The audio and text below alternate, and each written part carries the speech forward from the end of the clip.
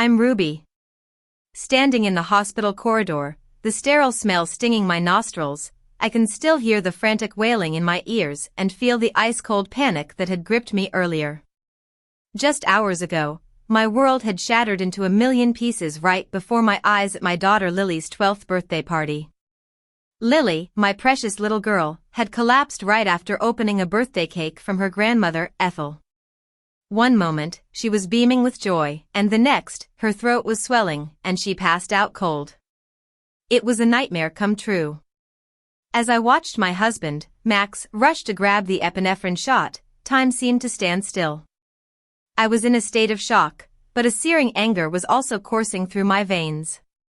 I knew exactly who was behind this: Ethel, my mother-in-law. I confronted her, my voice trembling with a mix of fear and rage. "Ethel, what on earth did you put in Lily's cake? What's in it?" She feigned ignorance, insisting it was just a regular cake and that maybe something I'd done had caused Lily to faint. She even had the audacity to accuse me of neglecting Lily's nutrition.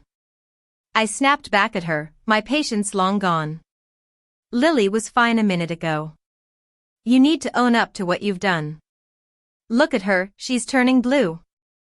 Ignoring her excuses, I focused on Lily, administering the epinephrine I always kept on hand for emergencies. Thankfully, the swelling went down a bit, but Lily remained unconscious. It was clear she needed to be rushed to the hospital.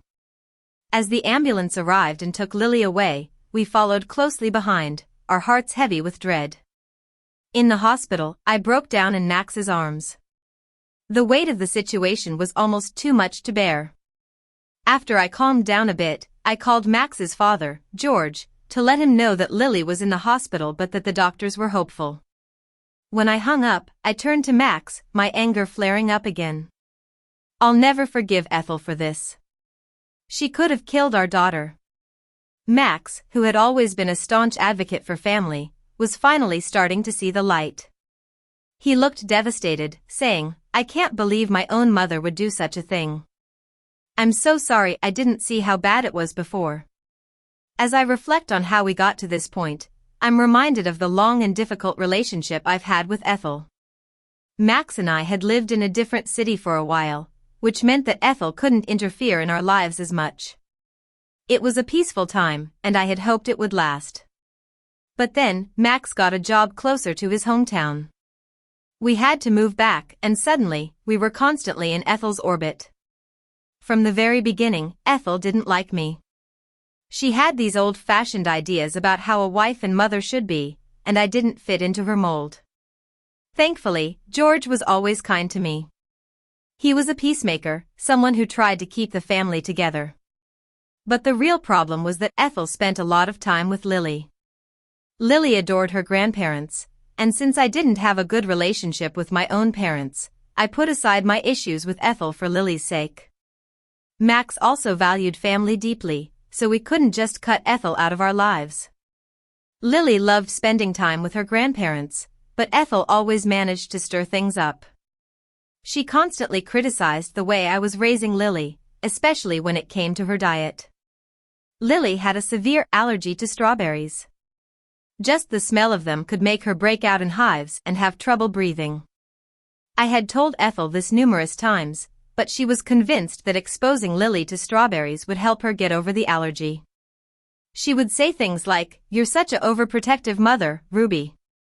Lily needs to build up her immunity. She should be eating strawberries."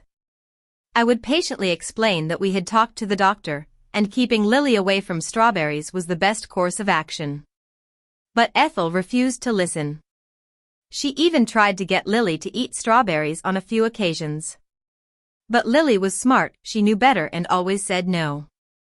I started to get more and more worried about leaving Lily alone with Ethel. I talked to Max about it, telling him, "I'm really scared that Ethel will give Lily strawberries, thinking it will help her." Max tried to reassure me, saying, "My mom might be old-fashioned, but she wouldn't do anything to hurt Lily. And Dad is always there to stop her if she gets out of line." But I couldn't shake the feeling of unease. I insisted that we needed to do something, but Max said we couldn't just stop Lily from seeing her grandparents because of this.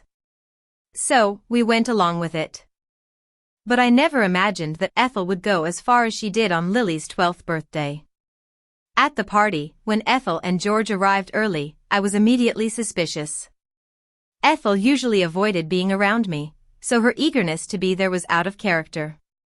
She gave Lily this huge, wrapped present and said, "Happy birthday, Lily. Grandma got you something really special." Lily was over the moon, thanking Ethel sweetly. Ethel then turned to George and said, "What's inside, Grandpa?" George just shrugged and said, "I have no idea. Grandma chose it, and she won't tell me." Ethel kept pushing Lily to open the present right away, even though I suggested we wait until after we cut the cake. She insisted that it had to be opened before the cake cutting. Against my better judgment, I agreed not to ruin Lily's birthday. But when Lily opened the box and saw the huge strawberry cake with her name on it, disaster struck. The moment she took a whiff, her eyes widened in fear, and then she collapsed. After the ambulance took Lily away, Max and I went back home to gather some things. When we entered the living room, we found George scolding Ethel while she sat there, looking unbothered, scrolling through her phone.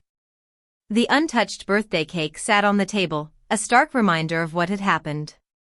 When they noticed us, they rushed over. I told them that Lily was in the hospital but that the doctors were hopeful. Ethel had the nerve to say, "Oh, it's not that big of a deal. Lily will be fine, and her strawberry allergy will go away soon." That was the last straw. Max unleashed his anger on Ethel, yelling at her for everything she had done. George also joined in, expressing his disappointment. The few guests who were still there stared at Ethel in disbelief. I was filled with a rage I had never felt before. "I've had enough of you, Ethel. We've given you so many chances to change. After what you've done today, you're never allowed near Lily or our family again. You're banned from this house." Ethel wasn't going down without a fight. "You can't tell me what to do. Max won't cut me off for no reason. I'm Lily's grandmother, and I have the right to see her." Max replied firmly, "No, Mom. You're not welcome here anymore. Dad can come, but you've proven that you're a danger to Lily." Ethel was in shock. She couldn't believe that Max was turning against her. She started screaming at me, blaming me for setting her up. "This is all your fault, Ruby. You've turned everyone against me. I'll sue you for grandparents' rights." I looked at her coldly and said, "You're not going to get far getting visitation rights from jail. You can be arrested for knowingly exposing Lily to strawberries. It's a crime, and we've already called the police." Ethel denied everything, insisting that she hadn't done anything wrong.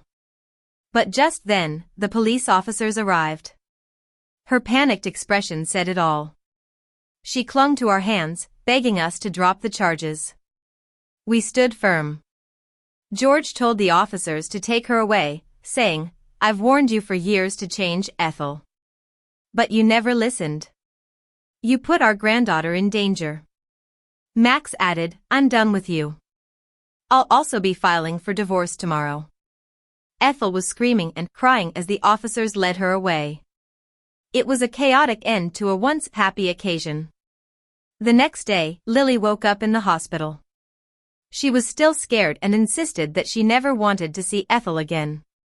We decided to get her a therapist to help her deal with the trauma. Max and I also started going to family therapy to improve our communication and become a stronger family unit. Ethel's life took a turn for the worse. Her family and friends were appalled by what she had done and cut ties with her. She was desperate for bail money, but no one was willing to help. George filed for divorce, and the legal case against Ethel moved forward. Thanks to the police report, the judge ruled against Ethel. She received a lengthy prison sentence and had to cover Lily's medical expenses.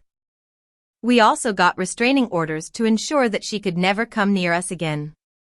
Looking back, I realized that sometimes you have to take a stand to protect your family. It was a difficult and painful journey, but I'm determined to do everything in my power to keep Lily safe and in a loving environment.